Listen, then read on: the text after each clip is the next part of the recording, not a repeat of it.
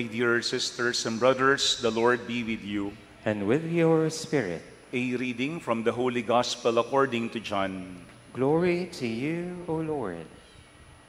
On the first day of the week, Mary Magdalene came to the tomb early in the morning while it was still dark, and saw the stone removed from the tomb. So she ran and went to Simon Peter and to the other disciple whom Jesus loved and told them, "They have taken the Lord from the tomb, and we don't know where they put him."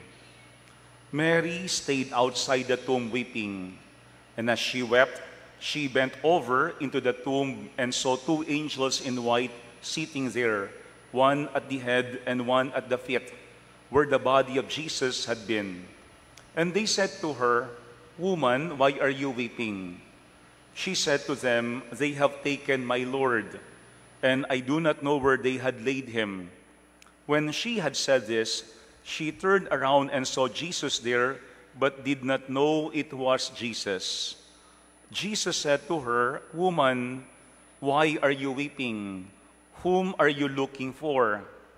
She thought it was the gardener and said to him, "Sir, if you carried him away, tell me where you had laid him, and I will take him."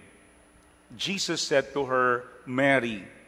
She turned and said to him in Hebrew, "Rabboni," which means teacher.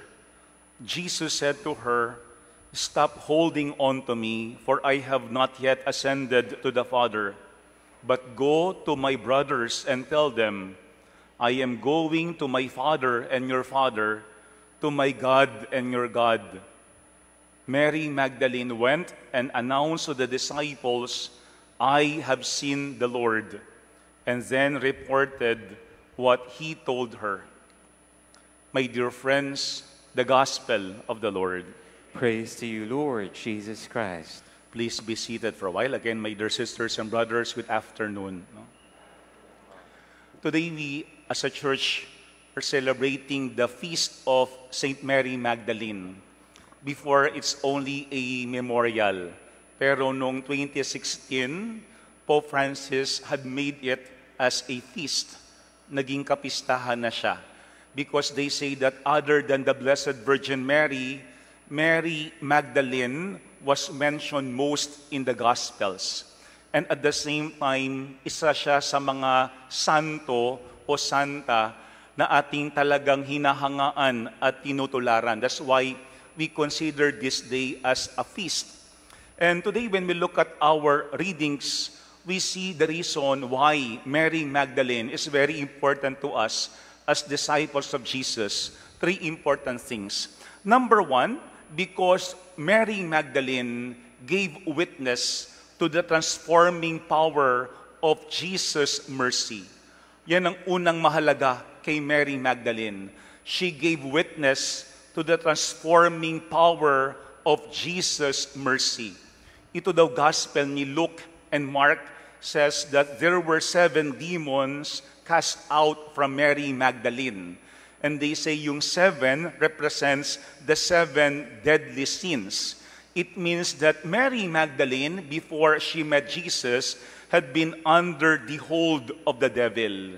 Merong nagpapaalipin sa kanya. No, but when Jesus saw Mary Magdalene, she had been purified. She had been cleansed from these deadly sins, from this demonic possession. That's why what we see in Mary Magdalene is that she received first and foremost the mercy of God that liberated her. Ang nagpalaya sa kanya ay yung awa ng Panginoon. And I think lahat tayo can relate to that. Kasi hindi lamang marahil yung 7 deadly sins ang ating ginagawa o kinocommit sa ating buhay. Maaaring mas marami pa doon. Pero like Mary Magdalene, let us not forget also the power of God's mercy to change us, to bring us back to life, to liberate us. Hindi lang yung tayo ay palayain, kung hindi yung tayo ay buhayin. Ito yung unang ating tignan. Ano ba yung mga bagay na nagpapaalipin sa atin right now? And let us, like Mary Magdalene, present them before Jesus and allow His mercy to liberate us from this bondage and allow His mercy to change us and to give us new life.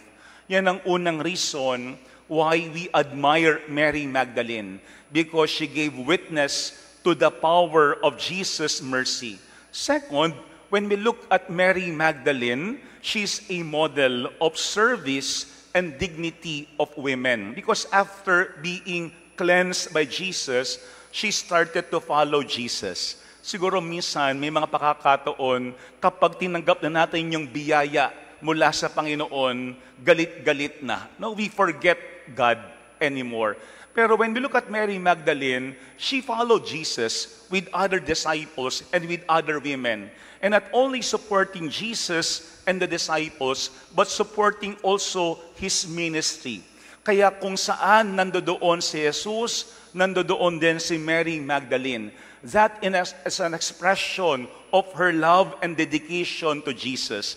Kaya nga minsan, meron tayong mga writers na very malicious yung kanilang thinking, na kanilang nilalagyan ng malice yung relationship ni Mary Magdalene with Jesus. Pero we would understand bakit ganoon yung value ni Mary Magdalene kay Jesus.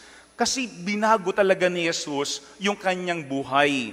Talagang binigyan ni Jesus ng pag-asa yung buhay ni Mary Magdalene. That's why her service to Jesus is an expression not only of her gratitude to Jesus, but an expression of her love for Jesus.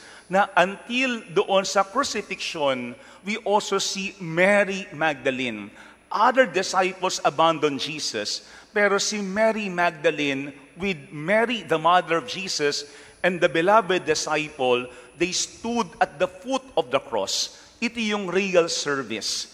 Yung talagang paglilingkod is not about us. It's not only our gratitude to God, but an expression of our undying love for God. Kaya until the end, kahit mahirap, tayo ay naglilingkod pa rin. Maybe we also have to ask ourselves, saan ba talagang nagmumula yung ating service? Is our service in our community really an expression not only of our gratitude to God, but also like Mary Magdalene, of our love to Jesus? Pangalawa, when we look at Mary Magdalene, we see her as an example of real service, tunay na paglilingkod. Pero yung pangatlo at panghuli is this: she's an epitome of evangelization. That's why we call Mary Magdalene as the apostle to the apostles.